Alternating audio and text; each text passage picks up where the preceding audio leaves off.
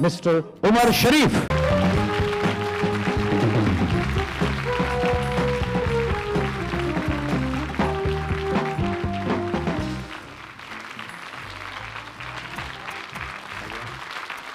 आप यकीन कीजिए मैं पीछे खड़ा हुआ सुन रहा था और ज़िंदगी में कभी मैं नर्वस नहीं हुआ हूँ।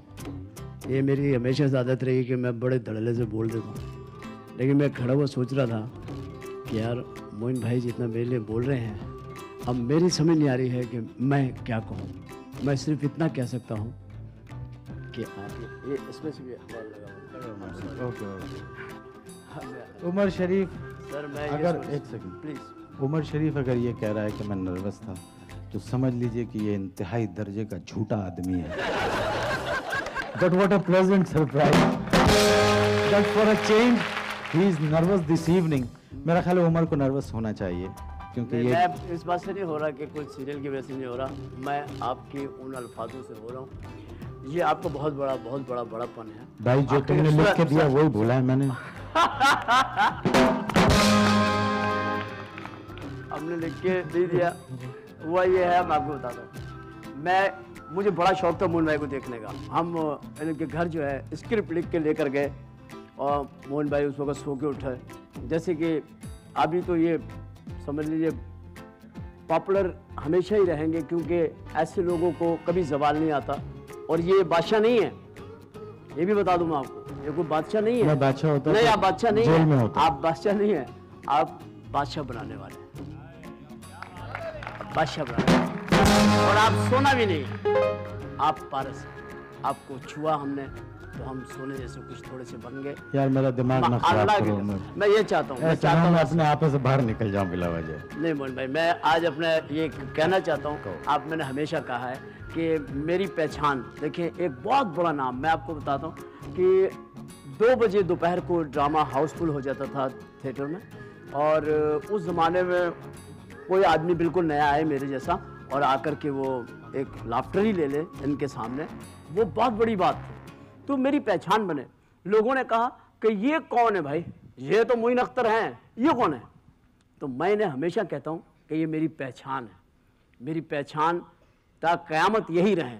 और अल्लाह ने इतनी उम्र दे, इतनी ज़िंदगी। और जिस मीडिया में मैं अब काम शुरू कर रहा हूँ, ये इस मीडिया के बादशाहों के भी बादशाह हैं और इन्होंने इतना काम किया है कि मैंने तो अभी लिखा है, लेकिन मेरे इस लिखने के पीछे एक जज्बा है। वो जज्बा ये है कि 87 में जब इस वक्त हमारे ऊपर दूसरे पड़ोसी मुल्कों की फिल्मों का एक बहुत बड़ा प्रेशर था, हमने उस वक्त एक ड्रामा लिखा था बकरा किस्तों पर, मोहन भाई उसमें थे। और उस ड्रामे ने यह हशर कर दिया था कि हर वीडियो की दुकान पर फिल्मों के साथ लोग उस ड्रामे को भी मांगने लगे और आहिस्ता आहिस्ता स्टेज के ड्रामों ने फिल्म के प्रेशर को ख़त्म किया। इस वक्त जो मैं समझता हूँ, ये कोई मैं वो नहीं कर रहा हूँ, लेकिन मैं हमेशा से बहुत ही ज़्यादा पाकिस्तानी सोच रखने वाला आदमी। मैं बेशुमार जगहों पे बैन हूँ इसलिए कि मैं सही पाकिस्तान की बात करता हूँ। मुझे इसका भी कोई खौफ नहीं है, ना गम है। मैं चाहता हूँ कि जिस तरह इस वक्त सेटेलाइट के ऊपर लोगों ने चैनल्स को कैप्चर कर लिया है, वो इसको कोई इंटरटेनमेंट के लिए इस्तेमाल नहीं करेंगे। वो एक वक्त आएगा इसको पॉलिटिक्स में भी इस्तेमाल करेंगे, इसको प्रोपेगेंडा में भी इस्तेमाल करेंगे और कर रहे हैं। और अगर हमने इस वक्त इस मौके पर सब ने जमा होकर अपनी ऑडियंस को इंटरटेन नहीं किया, उन्हें अच्छी चीज़ें नहीं दी, उनको कैप्चर नहीं किया, तो उनका मज़हब, उनकी बातें हम में आ जाएंगी। ये सोच है मेरी इस मीडिया में आने की, और मैं बहुत हौसले से, बड़े ध्यान से आया कि मुझे काम करना है इसमें, चाहे कुछ हो जाए। 1-2 बातें इस सीरियल से मुताल्लिक कर ली जाएं, हाँ, अगर आप इजाज़त दें। Sir please. इस सीरियल के बारे में मैंने ये कहा था और शायद गलत नहीं कहा कि तोहम परस्ती के ख़िलाफ़ है कि जो लोग अकीदे की कमज़ोरियाँ जो हैं, या बोर्ड लगा होता है कि महबूब आपके कदमों में, 7 दिन में मामला सेट, मतलब यानी कि प्यार हो जाएगा और नौकरी मिल जाएगी और ये हो जाएगा वो हो जाएगा। तो मैंने ऐसा नजूमी भी दिखाया जो ये सारी बातें बता रहा है और आखिर में कहता है भाईजान अगर कहीं मेरी नौकरी का हो जाए तो बड़ी मेहरबानी होगी। इसमें जो प्रोडक्शन का हमें बहुत मौका मिला अच्छी प्रोडक्शन करने का, वो राशिद खान साहब की वजह से मिला। उन्होंने बहुत फैसिलिटीज़ दी हमें। सबसे बड़ी बात तो है कि इतनी बड़ी कास्ट दी, तकरीबन तमाम स्टार हैं उसके अंदर, और ये कोई छोटी बात नहीं थी, मगर उन्होंने उसमें हमारे साथ बहुत ताउन किया। मैं इनकी इस कोशिश पर, नदीम बेग की मेहनत पर और अपनी थोड़ी बहुत जो मुझे लिखना आता है, मैं इस अज़्म के साथ निकला हूँ कि अब मैंने बहुत करना है इस मीडिया में काम, चाहे किसी भी तरीके से करूँ, लेकिन मैंने एक बार डटना ज़रूर है। मेरी ये आरजू है कि हमारे चैनल लोग होल्ड करें, उसको पास ना करें। इंशाअल्लाह। राशिद ख्वाजा का आपने जिक्र किया और आपने कहा कि इस प्रोडक्शन में उन्होंने बड़ा वो किया, खुला पैसा खर्च किया। पैसा बहुत ये है इनके पास। बहुत खर्चीला आदमी है। इनके तो पास पैसा बहुत मैं है। बताता हूँ ना, मैं एक शो इनका रिकॉर्ड करने गया, नुसरत फ़तेह, ट्रिब्यूट टू नुसरत फ़तेह अली ख़ान। सुबह 8 बजे मैं पहुंचा और 8 बजे से मुझे दुकानों में भिरवा रहे हैं। मैंने कहा क्या इन दुकानों में शॉट लेने? कहने लगे नहीं यार, तुम्हारे लिए शलवार कुर्ता ढूंढ रहे हैं। तो वो कहने लगे कि एक ख़ास किस्म का आपको शलवार कुर्ता चाहिए, and is very particular about this. और यही एक प्रोफेशनल की ज़मानत होती। अल्लाह ताला इन पे अपनी मेहरबानियाँ जिस तरह उसने जारी रखी हैं इसी तरह से जारी रखे। मैं माइक्रोफोन इनको देता हूँ। बहुत शुक्रिया। Ladies and gentleman, please put your hands together for Umar Sharif. शुक्रिया। अभी अब यहाँ से शुरुआत यहाँ से करना चाहूँगा कि हम कहीं भी रहें, हमें बड़ा पक्का सच्चा पाकिस्तानी बन के रहना चाहिए। आजकल ये क्रेज़ हो गया है, जैसा कि आपको मालूम है, बाहर जाने का, वीज़ों का। अब वीज़ा प्रॉब्लम बहुत है इस वक्त पाकिस्तान में। जिसके पास वीज़ा होता है वो ऐसा दिखाता है, ख़ानदान में रिश्ता ऐसा मिलता है उसे, तैयार रिश्ता जो होता है ना उसी को मिलता है जिसके पास ग्रीन कार्ड होता है। बिल्कुल लड़की वाले तैयार हो गए होते कि बेटे आधे घंटे बाद शादी कर लो, क्योंकि तुम्हारे पास ग्रीन कार्ड है। आपके पास फिर चाहे कोई सा भी कार्ड हो, उनको उससे कोई प्रॉब्लम नहीं, लेकिन वो ग्रीन कार्ड। तो इसलिए लोग आजकल बहुत भाग रहे हैं। आप देखें रात को एम्बेसीज के बाहर 12 बजे लोग लाइनों में खड़े होते हैं। तहज्जुद का टाइम होता, कोई नमाज नहीं पढ़ रहा, टाइयाँ सीधी कर रहे होते लोग सुबह 7 बजे से फिर आस्ते आस्ते चलना शुरू करते हैं। वीज़ा चाहिए। मैं ऑस्ट्रेलिया में गया शो करने, हर आदमी का वहाँ प्रॉब्लम, तुम्हारे पास कौन सा वीज़ा है? सिटीजन वीज़ा नहीं, अच्छा विजिट है, तो स्टूडेंट है, कौन सा BA CP, यही टॉक होती है वहाँ पर। और इतना बुरा वहाँ वीज़ा का प्रॉब्लम है कि मैं एक जगह से गुजरा तो मैंने देखा कि खेतों में एक शेर बैठा हुआ घास खा रहा है। तो मैंने अपने दोस्त से कहा वापस करो गाड़ी, ये तो बड़ा अजीब मंजर है यार। वापस गए, हमने शेर से पूछा एक्सक्यूज़ में आप घास क्यों खा रहे हैं, आप खुदा न खास्ता पागल तो नहीं हो गए? वो कहने लगा चुप कर जाओ, मैं बकरी के वीज़े पे आया हुआ हूँ।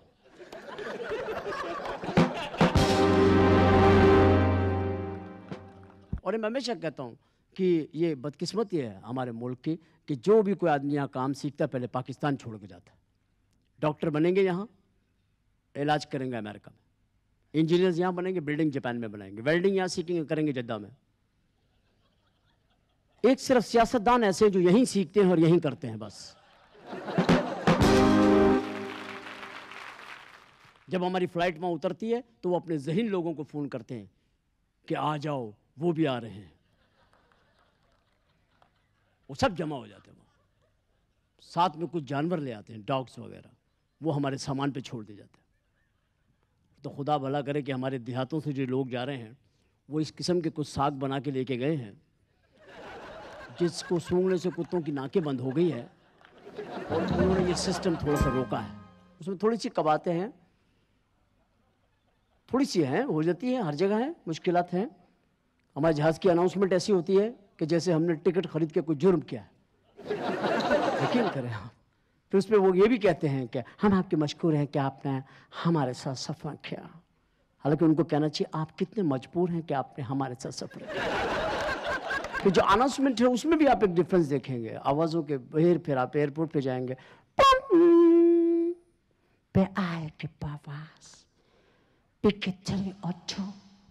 रवानगी के लिए तैयार है। मुसाफिरों से दरखास्त है अपनी अपनी जगह पे बैठ जाए और जहाज पे तशरीफ ले जा। अब आप अंदर बैठते हैं, वहाँ एक अजीब जज्बाती आवाज़ आती है, ख़वातीन हज़रात सफ़र की दुआ पढ़ लीजिए, अपने गुनाहों की माफ़ी मांग लीजिए, अपने बच्चों को याद कर लीजिए। मैं आपसे सच कह रही हूँ, कप्तान मुझसे बहुत नाराज़ है, कहीं भी जहाज़ को फेंक सकता है, अचानक ऑक्सीजन बम भी हो सकती है, कुछ भी हो सकता है, बत्तियाँ जल जाएंगी। कुछ घबराहट में कोई हमारे पीछे ना आए प्लीज़, क्योंकि कुछ नहीं पता क्या आपको लगेगा आपको जुर्म कर बैठे हैं। जहाज़ में बैठे, सीटें मजबूती से देख लीजिए, सीट बेल्ट कस लीजिए, सामने की ट्रे बंद कर दीजिए, अपने इर्द गिर्द सिगरेट बुझा दीजिए। आपको इतने काम बता देते हैं कि पूरा सफ़र उसी में कट जाता हमारा, वो काम करने में हमारा पूरा सफ़र कट जाता। तो अपने उसमें लाइन में जाने का मुझे बड़ा मज़ा आता है, मैं बहुत एंजॉय करता हूँ। हमारे यहाँ जो एटीट्यूड है वो आपको मालूम है कि जितनी हमारे यहाँ महंगा टिकट है वो हमारी अपनी एयरलाइन का है, बहुत महंगा टिकट। उसकी वजह क्या है कि उनके पास जो स्टाफ है वो स्मार्ट है। आप जैसी बोर्डिंग कार्ड लेके जाएंगे, ऊपर चढ़ेंगे कि बिल्कुल जहाज़ के गेट पे खड़े होंगे और बड़ी अपनायत से पूछेंगे कहाँ रह गए थे। आदमी का दिमाग घूम जाएगा कि ये क्या मुझे घरेलू माहौल सा मिल रहा है यहाँ पे, परेशान हो जाएगा। उसके बाद वो कहेंगे मेरे पीछे आए हैं। आदमी पीछे जाएगा, एक तो अपना आदमी, ऊपर से उनको कोई कह दे पीछे आओ, उनके ऊपर हाथ धो के पीछे पड़ जाते, वो पीछे चले जाते, फिर उसको सीट पे बैठाते हैं। This is your seat, please have seat please, thank you very much, if you need anything please you call me, okay thank you. अभी आदमी को थैंक यू ऐसा करके जाते हैं कि वो खड़ा हो जाता है बिल्कुल कि मेरी बात तो सुने।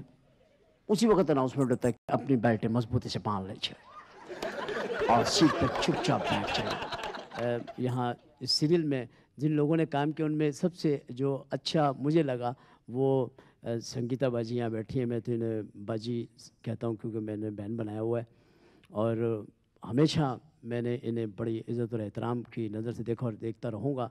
ये बहुत टैलेंटेड हैं। इन्होंने हमारे ड्रामे में एक बहुत खूबसूरत सा पार्ट किया है और एक डायरेक्टर का किया है जो आजकल फिल्मों में हीरोइंस कर रही हैं, वो उस डायरेक्टर से बेहतर कोई नहीं जानता, हमने उसमें बताया। तो मैं एक थोड़ी सी गुजारिश करूँगा और गुजारिश मैं इसलिए करूँगा कि मेरी ख्वाहिश है कि वो चंद लम्हों के लिए तशरीफ़ लाएं। मैं शुरुआत उनसे करना चाहता हूँ। सीरियल में काम करना कैसा लगा आपको?